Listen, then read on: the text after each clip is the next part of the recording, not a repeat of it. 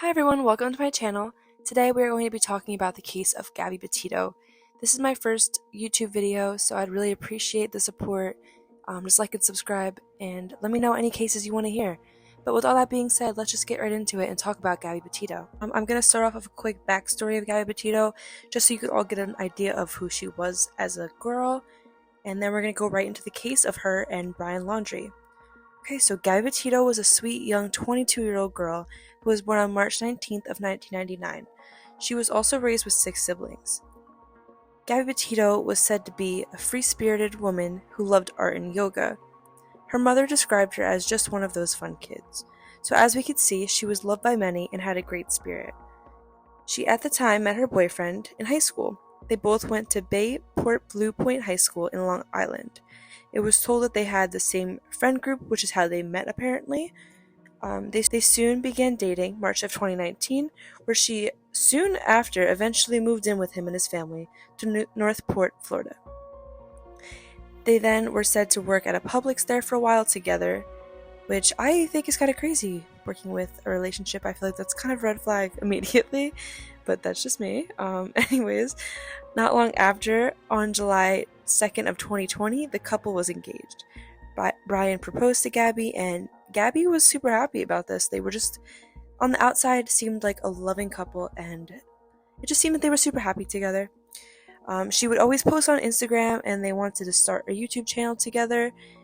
You could see in many of her posts that she would post with Brian, and you could see that they're just kissing in many of them. They just look super happy and like loving, but according to some high school friends, the couple was toxic from the start. One of her friends stated, one minute they would be all over each other, and the next minute he would be like, well, we're fighting. And it just was always seemed to have drama. But despite that, the couple decided on July 2nd, 2021, to take a cab to New York to visit parents. I believe it was her parents, and they celebrated their high school graduation. Straight after that, they took their white van together and decided to go on what was supposed to be a 4-month cross-country journey camping in national parks together in this white van. They were going to spend the time together in the white van and just camp out in the wilderness and have a good time. Gabby was super excited because she was vlogging this whole trip, so that was super fun for her. She couldn't wait, I believe, to just be out with Brian and have a good time with him together in the wilderness. On Gabby's Instagram, there are plenty of pictures of them going on their journey, places such as Kansas, Colorado, Utah, and many other places. From the picture on Instagram, they seem to be having a great time. And Gabby, like I said, vlogged throughout the journey. And as you could see in these videos, they seemed super happy, and Gabby just looked like she was having the time of her life, filming with her fiance and just enjoying her time with him out in the wilderness in this van. It was super cool. They had a little van together. So much fun. Great. But then, on August 12th, is where things began to switch. There is police footage of the altercation between Gabby and Brian, where Brian explains they're just arguing because Gabby is frustrated trying to film a vlog.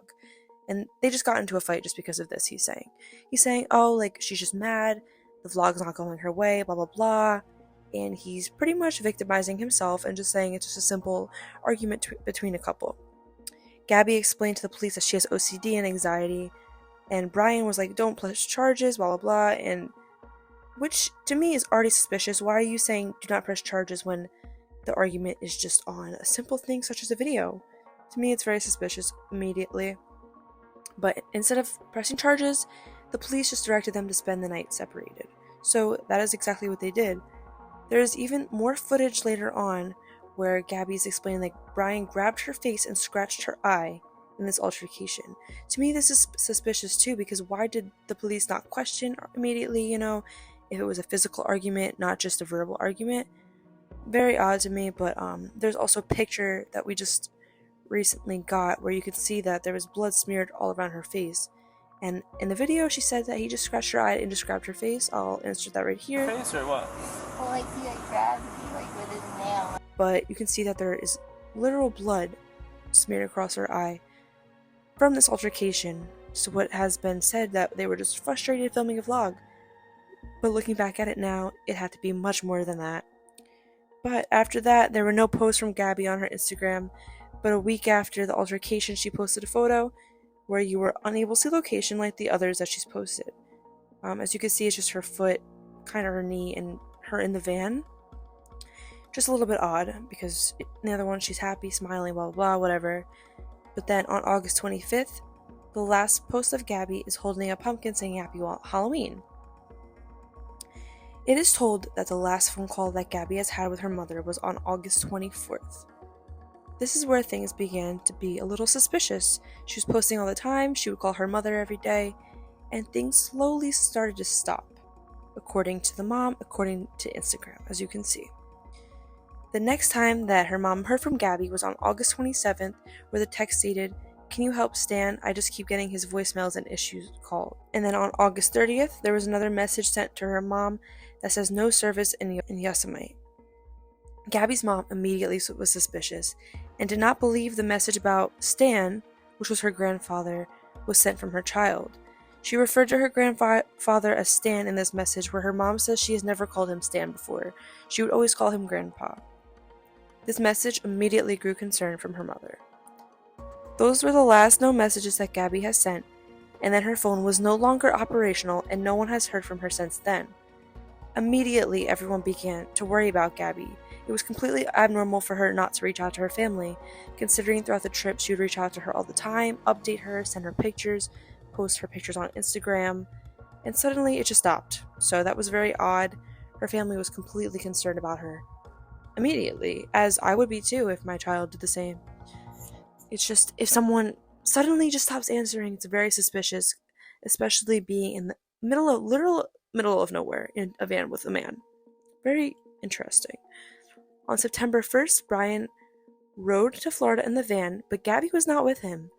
This immediately was even more suspicious, considering only Gabby and Brian went together, and only one person came home. So 2 people go on a trip together, and only one comes back. Very interesting. Petito's family questions Gabby and had no information as to where Gabby went. This is completely insane to me that he didn't even try to come up with a story.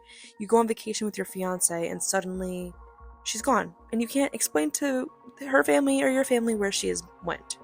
Very odd. So obviously, they started working quickly, and on September 11th, Gabby was reported missing. This whole case was suspicious, like I said.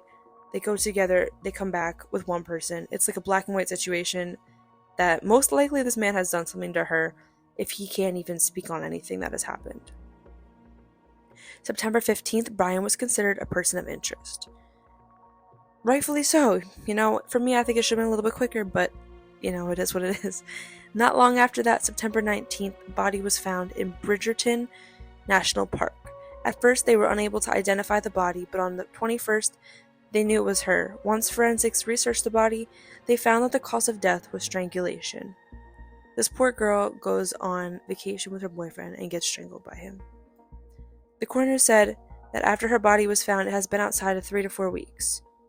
Dead already, before they even found it. So, she was dead for a while, is what they're saying.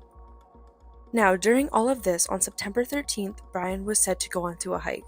And on September 18th, there was a search for Brian, because now he was missing. They were searching on hiking trails in Venice, Florida. So now, this guy is missing, right after his girlfriend, or fiance, was missing. Very interesting. Okay? So now you're growing the suspicion towards you, because now you have no information at first, and now you're gone. You ran away. Very insane to me. This man clearly did not think of anything that he was doing before murdering his girlfriend. He didn't even have a backstory, he didn't have information, nothing. But now, since nobody was found, there was no body found, right? And nobody knew where Brian was, so they had no idea if he was still alive or he just ran away trying to avoid the consequences of murdering his fiancée. Although, a month later, on October 21st, there was a body found that matched the same outfit that Brian was said to be wearing when he went missing. And on November 23rd, another month later, it was said that Brian had killed himself from a gunshot wound to the head. And it is said that his death was presumed as a suicide, and people believe that he was guilty immediately and did not want to deal with it, which is why he killed himself. So, moral of the story, this fiancé went missing. and then he murdered her and then killed himself after killing her. Absolutely horrible, and it's a terrible story, and it's literally heartbreaking, and it's quite recent too. It was only about 2 years ago.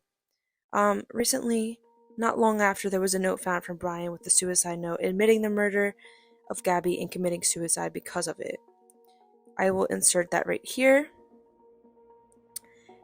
And then also recently, there was another note found where the mother of Brian explained that she was pretty much here to help him in any way that he needed, which is completely suspicious because she was saying that she would bring a birthday cake to jail for him with the file in it and body bags if needed. And I'll also put that note here, a little bit more information on it. I haven't found much more information on his mother, but I do find it very interesting that most likely the Laundries family knew that Brian had killed Gabby, and they pretend like they didn't know anything. Very odd, because personally, if that was my son, I would rat him out. I'm sorry, that might be controversial, but how are you gonna let your son kill his fiance? Maybe try to talk him out of it. Nothing.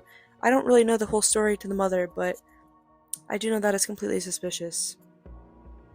But with all that being said, my heart goes out to Gabby's family, and I really hope they're healing. This was only 2 years ago.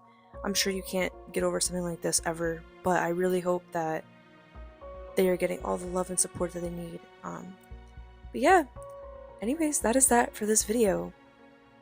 It's insane. This case has stuck with me for a while because I remember watching the Instagram, like, the updates of, like, did they find Brian? It was crazy to watch in real life. I haven't seen a lot of cases happen over time, like, literally watched it happen on the internet, so it's very insane to me. But yeah, it's a very horrible case, and like I said, my heart goes out to the family. But thank you guys for watching. I really hope you guys enjoyed my first video. Like I said, please like and subscribe. I would appreciate it so much. Let me know what kind of videos you guys want to see and what cases you want to see. Yeah, thank you. Please. Alright, that's that. Thank you for watching, guys. Alright, I'll see you guys in my next video. Bye.